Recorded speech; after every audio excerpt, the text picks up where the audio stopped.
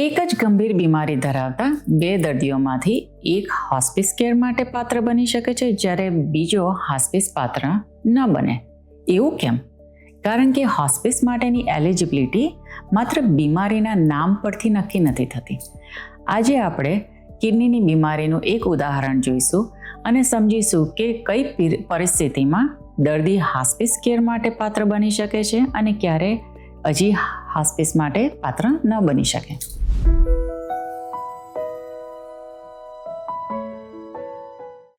નમસ્તે, મારું નામ રૂપલ છે.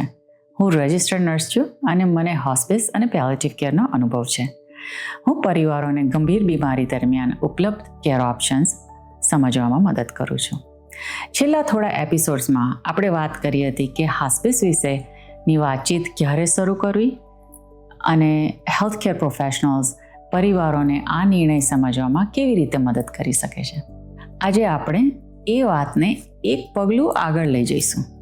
આપણે કિડનીની બીમારીનું એક રિયલ લાઈફ સિનેરિયો જોઈશું અને સમજીશું કે દર્દી એક સમયે હોસ્પિસ માટે એલિજિબલ કેમ ન પણ હોઈ શકે, પરંતુ બીમારી આગળ વધે અને ગોલ્સ ઓફ કેર એટલે કે તમારો ધ્યેય બદલાય ત્યાર પછી એલિજિબિલિટી કેમ બદલી શકે છે, કેમનું બની શકે છે. આ પ્રશ્ન દર્દી, પરિવાર અને ક્યારેક હેલ્થકેર પ્રોફેશનલ્સ માટે પણ ખૂબ કન્ફ્યુઝિંગ હોય છે. દર્દી ખરેખર હોસ્પિસ કેર માટે ક્યારે એલિજિબલ બને? ગંભીર બીમારી દરમિયાન દર્દી ઘણા અલગ અલગ તબક્કામાંથી પસાર થાય છે. કેટલાક દિવસો દર્દીની તબિયત સારી લાગે છે અને કેટલાક દિવસો એવા હોય છે કે પરિવાર કેટલો પણ પ્રયત્ન કરે પણ સારવારથી પૂરતો ફાયદો થતો નથી. એવું લાગે છે કે એક પગલું આગળ વધીએ છીએ અને પછી 2 પગલાં પાછા જઈએ છીએ. ત્યારે પરિવારના મનમાં પ્રશ્નો ઊભા થાય છે. શું હવે હોસ્પિસ કેરનો સમય આવી ગયો છે? શું સારવાર ચાલુ રાખવી જોઈએ? શું આપણે બહુ જલ્દી હાર માની રહ્યા છીએ? ચાલો એક ઉદાહરણ સમજીએ સાથે. ઉદાહરણ 1. માનો કે તમને છેલ્લા 10 વર્ષથી કિડનીની બીમારી છે. ઘણા વર્ષોથી રહેલા ડાયાબિટીસના કારણે કિડનીને નુકસાન થયું છે. લાંબા સમય સુધી આ બીમારીએ તમારી રોજિંદા કામ કરવાની જે ક્ષમતા હોય કે જીવન માણવાની જે ક્ષમતા હોય એની ઉપર બહુ અસર નથી કરી. પછી લગભગ 1 વર્ષ પહેલાં ડૉક્ટરે તમને કહ્યું કે તમારી કિડનીની કાર્યક્ષમતા ઘટી રહી છે અને હવે તમારી કિડની સ્ટેજ 4 પર પહોંચી ગઈ છે. અને પછી તમને કહેવામાં આવે છે કે તમે અઠવાડિયામાં હવે 2 વખત ડાયાલિસિસ તમારે જરૂર છે. આ ગંભીર બાબત હતી, છતાંય તમે તેને જીવનનો એક વધુ પડકાર માની અને તેનો સામનો કરવા માટે તૈયાર થઈ ગયા. તમારો પરિવાર પણ દરેક પગલે તમારી સાથે જ હતો. 6 મહિના પછી તમે વધુ થાક અનુભવવા લાગ્યા. કોઈએ હોસ્પિસ કેર વિશે વાત કરી એટલે તમે અને તમારા પરિવાર વધુ માહિતી મેળવવા માટે કોન્સલ્ટેશન લેવાનું નક્કી કરો છો.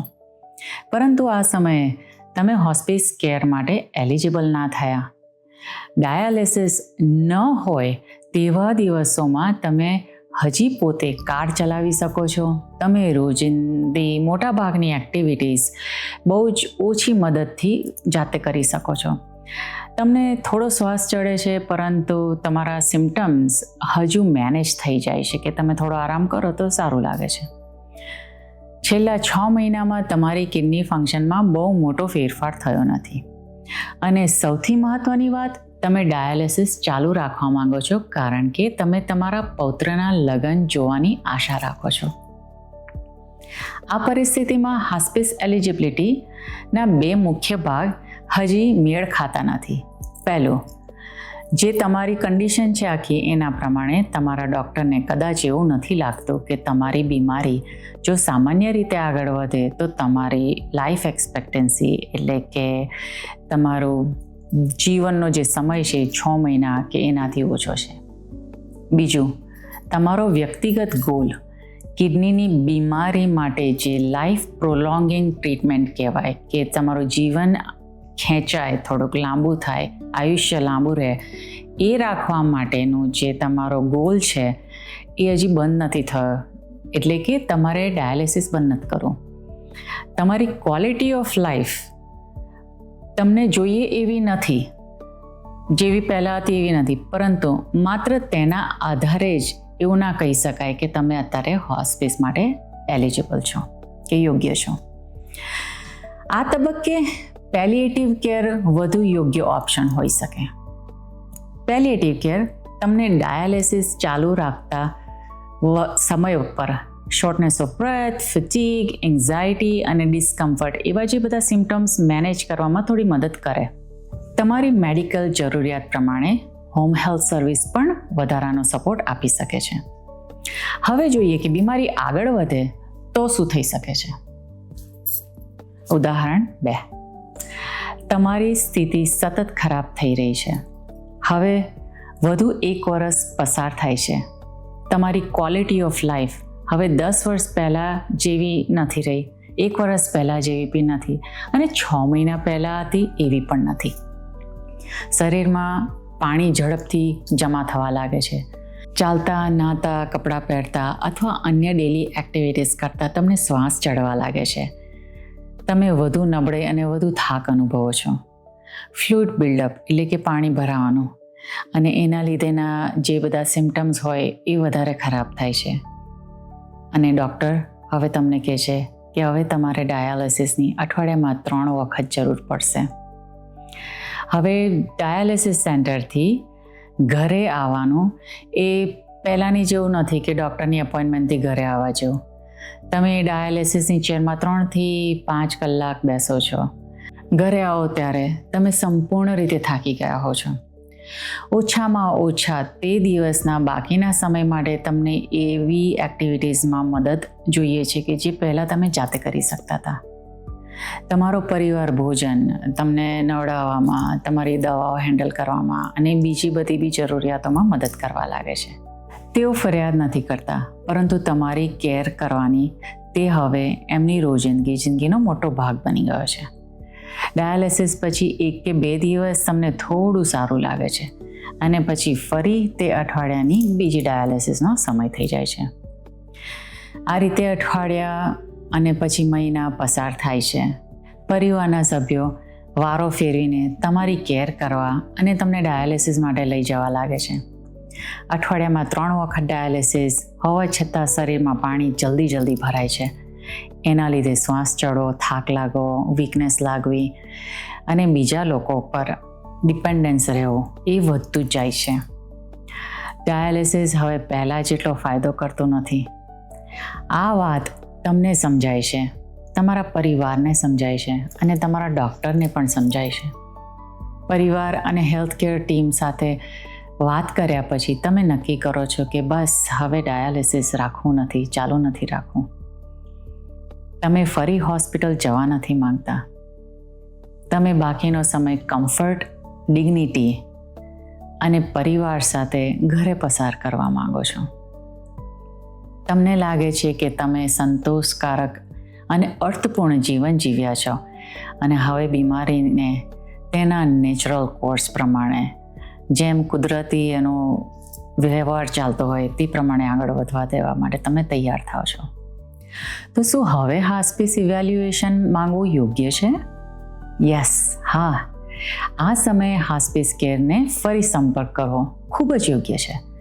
તમારી સ્થિતિમાં નોંધપાત્ર ડિક્લાઇન થયો છે. તમારા સિમ્ટમ્સ મેનેજ કરવાના હવે અઘરા થઈ ગયા છે. તમને રોજિંદી એક્ટિવિટીઝમાં હવે વધારે મદદ જરૂર પડે છે. ડાયાલિસિસ હવે પહેલાં જેટલો ફાયદો આપતી નથી અને તમારા ગોલ્સ પણ બદલાયા છે. હવે જીવન લંબાવવાની સારવાર કરવા કરતાં તમે હવે ઘરે એકદમ કમ્ફર્ટેબલી રહેવા માંગો છો. ડાયાલિસિસ બંધ થયા પછી હોસ્પિસ ફિઝિશિયન અને જો તમારી પાસે પ્રાઇમરી કેર હોય તો તમારા એટેન્ડિંગ ફિઝિશિયન તે તમારું સંપૂર્ણ મેડિકલ કન્ડિશન એનું ચેક કરે, ઇવેલ્યુએટ કરે અને તેઓ પછી નક્કી કરે કે હવે તમારી પાસે 6 મહિનાથી વધુ સમય લાગતો નથી. સ્પેશિયલી ડાયાલિસિસ બંધ કર્યા પછી છેલ્લા ઘણા મહિનાથી તમે ડાયાલિસિસ હોવા છતાં પણ ડિક્લાઇન થયા કરો છો. તમારી તબિયત વધારે ને વધારે બગડતી જ જાય છે. તો હવે હોસ્પિસ કેર માટે તમે એલિજિબલ થાવ છો. તમે એકદમ યોગ્ય છો. પરંતુ યાદ રાખો, અંતિમ નિર્ણય દરેક દર્દીના ઇન્ડિવિજ્યુઅલ મેડિકલ ઇવેલ્યુએશન પરથી થાય છે. માત્ર એક સિમ્ટમ કે એક લેબ રિઝલ્ટ અથવા ટ્રીટમેન્ટ બંધ કરવાનો નિર્ણય પરથી એલિજિબિલિટી એટલે યોગ્યતા નક્કી નથી થતી. માત્ર ડાયગ્નોસિસથી હોસ્પિસ એલિજિબિલિટી નક્કી નથી થતી. કિડનીની બીમારી હોવી એટલે દર્દી ઓટોમેટિકલી હોસ્પિસ માટે એલિજિબલ થાય એવું નથી. ડૉક્ટર સમગ્ર પિક્ચર જુએ છે. બીમારી કેટલી આગળ વધી છે, દર્દીની ઓવરઓલ કન્ડિશનમાં કેટલો ડિક્લાઇન થાય છે, સિમ્ટમ્સ કેટલા વર્સ છે, દર્દી બીજા લોકો પર કેટલું ડિપેન્ડન્ટ છે, કેટલી મદદની જરૂર છે, ટ્રીટમેન્ટથી કેટલો ફાયદો થઈ રહ્યો છે, એક્સપેક્ટેડ પ્રોગ્નોસિસ શું છે કે હવે કેટલો ટાઈમ માણસ જીવશે જો આ ડાયાલિસિસ કે બંધ કર્યા પછી. અને સૌથી મહત્ત્વનું, દર્દીના ગોલ્સ શું છે, દર્દીને શું ઈચ્છા છે. પહેલી પરિસ્થિતિમાં આપણે જોયું કે દર્દી ડાયાલિસિસ ચાલુ રાખવા માંગતા હતા, રાઈટ, અને મોટાભાગે ઇન્ડિપેન્ડન્ટ હતા, પોતાનું કામ કરી લેતા હતા અને તેમને 6 મહિનાથી વધારે જીવન જીવશે એવી આપણને આશા હતી અને એ સાચું હતું અને એટલે તે વખતે પેલિએટિવ કેર વધારે યોગ્ય ઓપ્શન હતો. બીજી પરિસ્થિતિમાં દર્દીની સ્થિતિમાં નોંધપાત્ર ડિક્લાઇન થયો હોય છે, તબિયત વધારે બગડે છે, ટ્રીટમેન્ટથી ઓછો ફાયદો થતો હતો અને દર્દીએ ડાયાલિસિસ તથા હોસ્પિટલાઇઝેશન્સ ચાલુ રાખવાને બદલે કમ્ફર્ટ ફોકસ કેર પસંદ કરી, એટલે ફરી હોસ્પિસ કન્સલ્ટેશન લેવું યોગ્ય બન્યું. આ માત્ર એક જ ઉદાહરણ છે. આગલા એપિસોડમાં આપણે આવી બીજી સામાન્ય પરિસ્થિતિઓ વિશે વાત કરીશું અને સમજશું કે દર્દી હોસ્પિસ કેર માટે શા માટે એલિજિબલ હોઈ શકે છે અથવા શા માટે ન હોય. દરેક દર્દીની સ્થિતિ અલગ હોય છે, એટલે પરિવારોએ આ નિર્ણય એકલા ન લેવો જોઈએ. Treating physician, palliative care team અથવા હોસ્પિસ પ્રોવાઈડર પાસે ઇવેલ્યુએશન માંગો. હોસ્પિસ કન્સલ્ટેશન માત્ર માહિતી મેળવવાની તક છે. કન્સલ્ટેશન લીધાથી દર્દીને હોસ્પિસમાં એનરોલ થવું એ ફરજિયાત નથી. તમારા કોઈ બી પ્રશ્ન હોય તો અહીંયા કોમેન્ટમાં જરૂર લખો. હું શક્ય તેટલો જવાબ આપવાનો પ્રયત્ન કરીશ. હવે આપણે ફરી મળીએ.